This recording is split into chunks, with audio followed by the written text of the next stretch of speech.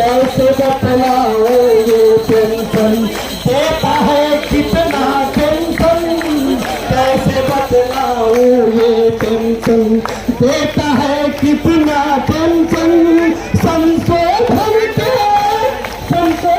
के घर चक्कर में अब हमको नहीं आना है। पुरानी वही पुरानी हाँ पुरानी पेंशन हम सब लोगों ने ये खाना है। ये पुरानी पेंशन हम सब और एमपीएस यूपी। ये धरना प्रदर्शन चल रहा है, तो आपकी यूनिट कहाँ से आई है? ये जो धरना प्रदर्शन है, मैं आपको बताना चाहूँगी ये हमारी मजबूरी है। सरकार को चाहिए कि हमें जो 2001 जनवरी 2004 से पहले उन्होंने पुरानी पेंशन जो हमारी चली आ रही थी उसे बंद कर दिया, वो दोबारा हमें दे दे। ये आप मुझे भीड़ दिखाओ, ये जो लाखों की भीड़ हमारे पास है जो यहाँ आई हुई है, क्या ये शौक की भीड़ है? क्या ये घूमने आई है? आप लोग बताओ साथियों। जो एक हमारे बुढ़ापे का सहारा एक लाठी होता है, जब हम एक 60 साल की नौकरी पूरी करते हैं, 60 साल की नौकरी पूरी करने के बाद हमारे पास क्या बचता है? बीमारी, और कोई विकलांग हो गया, कोई बीमार हो गया, किसी का बड़ा परिवार है, किसी के बाल बच्चे सफर करेंगे, तो एक बुढ़ापे का सहारा गुजारा भत्ता एक तरह से हमें मिलता है। सरकार ने ये हमारा 60 साल की सेवा देने के बाद तो वो हमें मिलता था। इस तानाशाही सरकार ने एक आदेश पारित किया और उस प्रधानमंत्री ने किया जो खुद पेंशन के सहारे अपनी पूरी लाइफ जी। अब मुझे एक बात बताओ आप कि अगर पेंशन गलत है तो ये सांसद मंत्री विधायक क्यों देते हैं? अरे वो तो लाखों करोड़ों में उनका हिसाब है, तो वो भी अपनी न ले, हमारे अभी बंद कर दो, हम राजी हैं। तो सरकार का पक्ष है कि उस पर आर्थिक बोझ पड़ता है। सरकार कह रही है आपकी इन्होंने जो अडानी अंबानी पूंजीपतियों को करोड़ों अरबों की जो संपत्ति, करोड़ों अरबों का जो लोन है वो उन्होंने माफ कर दिया, उस पर हमारी आर्थिक नुकसान नहीं होता हमारे देश की अर्थव्यवस्था को।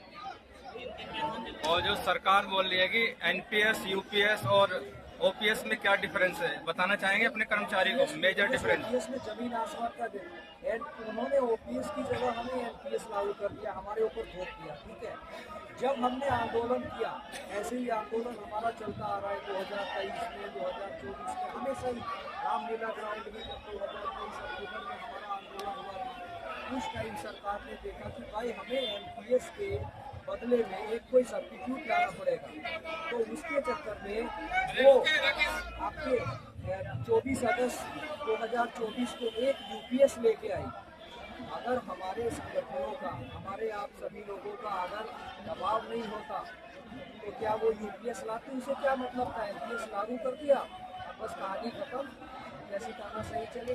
भाई आज वो यूपीएस लाए हैं, मैं आप लोगों को आश्वस्त करना चाहता हूँ कि आने वाले टाइम पे वो हमारा ओपीएस भी ला के देंगे और यही सरकार लाएगी। हमारा आंदोलन निरंतर ऐसे ही चलता रहना चाहिए, 101% हमें सफलता हासिल है।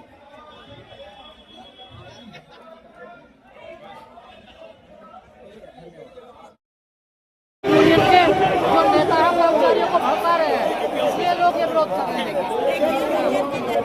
चार कर्मचारियों को भड़का सकते हैं जब जन सैलाब उतरता है, जब 2024 के अंदर में रामलीला मैदान के अंदर में उतरा और आज जंतर मंतर में उतरा, तो किस 10 लोगों को लेके आ जाएंगे? सैलाब तो खुद मोटिवेट होके आता है। ये लड़ाई घर घर की लड़ाई है, ये जो ओपीएस है घर घर की सिक्योरिटी का क्वेश्चन है, इसीलिए हर घर से लोग यहाँ।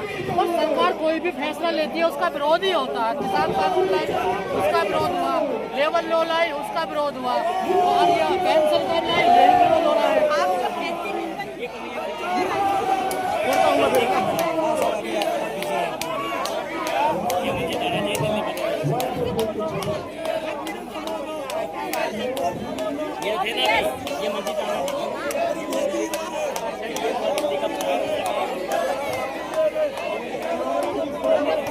ऐसे सवाल किए जाते हैं रोजगार हो या शिक्षा पर, वो कहते हैं हमें जनता वोट दे रही है। देखिए ये ये तो कुछ लोग हैं जो किसी के एजेंट हैं, इनका विरोध करते हैं।